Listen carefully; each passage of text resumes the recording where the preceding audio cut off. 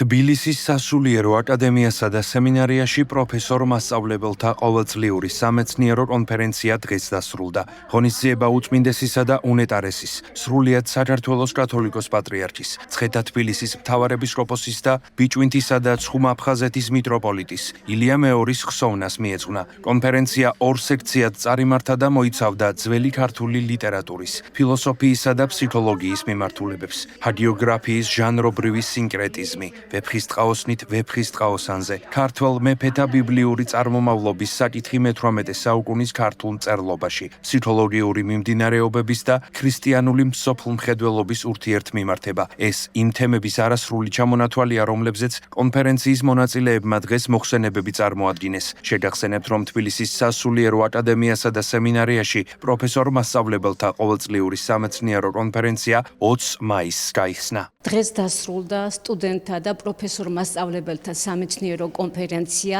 რომელიც თბილისის სასულიერო აკადემიაში ტრადიციულად ყოველი წლის გაზაფხულზე იმართება.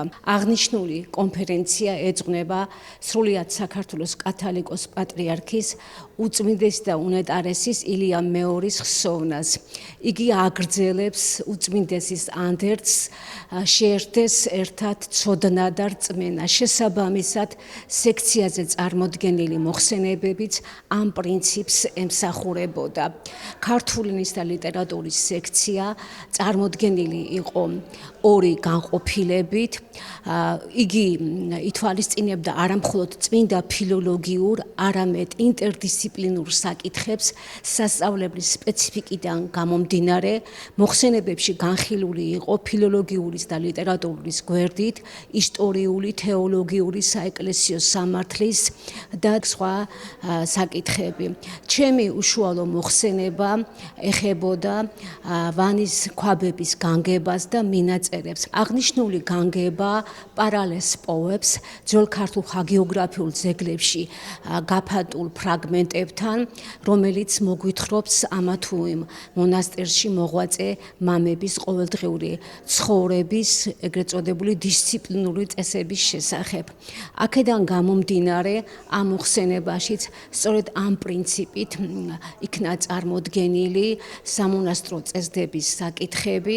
ცალკე მსჯელობა ეხებოდა იმ მინაწერს, რომელიც ანდერძის სახით არის დართული ამ განგებასთან და საამისოდ პარალელი გავავლეთ ჩვენ გრიგოლ ბაკურიანის ანდერძთან, რომელიც ახლავს პეტრიწონის მონასტრის განგებას. კონფერენცია რამდენიმე დღის განმავლობაში მიმდინარეობდა. პრაქტიკულად ყველა კათედრის პროფესორ-მასწავლებელი აქტიურად იყო ჩართული კონფერენციის მუშაობაში. თბილისის სასულიერო სემინარია და აკადემია ღირსეულად აგრძელებს მრავალსაუკუნოვან ქრისტიანულ ტრადიციას, რომლისთვისაც განათლება, კულტურა, მეცნიერება და რწმენა ურთიერთგამსაზღვრელი ღირებულებები გახლდათ.